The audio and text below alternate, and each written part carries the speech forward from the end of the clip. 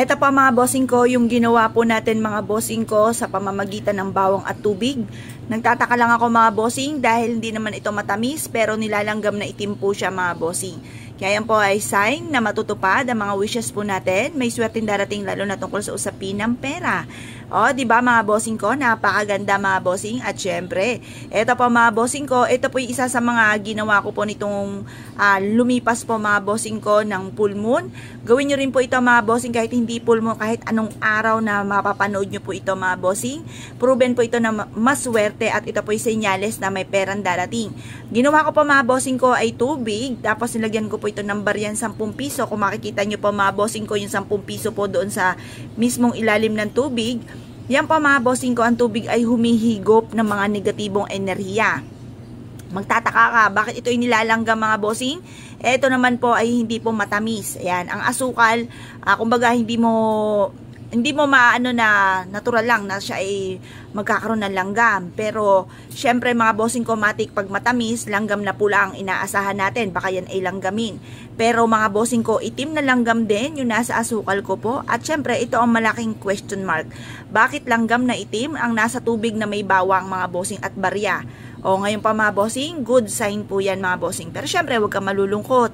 Kung halimbawa ang inyo pong tubig at bawang, kung kayo gagawa ng ganito, ay hindi po lalanggamin na itim.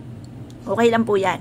Importante nakagawa po kayo mga bossing. Ito po yung pinakita ko lang sa inyo kasi good sign po siya.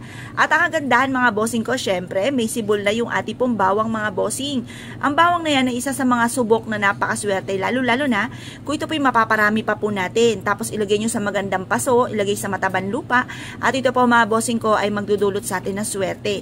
Mentras sa dumadami, mentras ang swerte ng dating po nito sa atin mga bossing. Yung ba tipo na kahit may mga pagsubok na pinagdadaanan ay kaagad nyo itong pagdadaanan at hindi nyo ito tatambayan. Ang tubig para dumaloy ang magandang agos ng swerte po sa atin lalo na tungkol sa usapin ng pera, panghigop ng kamalasan, ang barya para mabilis gumulong ang magandang kapalaran, mas maging fighter po tayo sa hamon ng buhay, at syempre ang ating pong bawang. Hindi lang ang bawang mga bossing para sa mga bad spirit. Ang bawang mga bossing ko ay pantawag na swerte lalo na tungkol sa usapin ng pera. Subok na po yan. O, diba? Tingnan nyo pong magaling mga bossing ko ang ating langgam na itim. Ay hindi nalulunod mga bossing, naglalakad sa tubig mga bossing. O, tingnan natin kung saan ito pupunta. O, di pumunta po siya sa bawang mga bossing. O, di at nakakatuwa mga bossing. Amazing ang ating pong langgam na iting mga bossing ko. Hindi siya nalulunod sa tubig mga bossing. Ngayon pa mga bossing, simulan nyo po itong gawin at mag-wish ka na mula sa inyong puso. Harap na sa may silangan mga bossing. Sabihin nyo po sa pamamagitan ng pampaswerteng ito ng 3 sangkap na ito ay tsunaming swerte ang darating sa akin.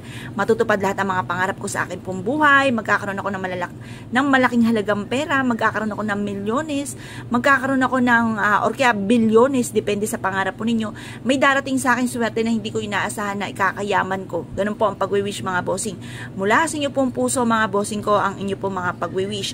Ngayon pa mga bossing, proven po ito na napakaswerte basta't may 100% kang paniniwala. Pagtapos nyo po mag-wish mga bossing ko, ilagay nyo po ito sa may center table po ninyo or sa tapat ng pintuan ng inyo pong main door or sa likod ng pintuan ng inyo pong main door at makakatulong po ito upang sa ganon magtuloy-tuloy ang pasok ng swerte mga bossing. Ngayon pa mga bossing ko, kayo po naniniwala at nais po itong gawin, wag na po kayo magpatumpik-tumpik pa. Ito po mga bossing ko ay isa sa mga subok na napakaswerte. Ngayon pa mga bossing, kapag ang tubig ay madumi na, itapon nyo lamang po ito at ito po ay palitan nyo po muli ng panibagong tubig. Tapos yung bawang, lalo't may sibol, hayaan nyo lang po sila dyan mga bossing. At yun din pong barya natin, hugasan nyo lamang po mga bossing at gumawa po kayo ng ganitong mga pamamaraan. Kaya kung kayo po naniwala at nais po itong gawin mga bossing, siya mga bossing, good luck po sa inyo po lahat!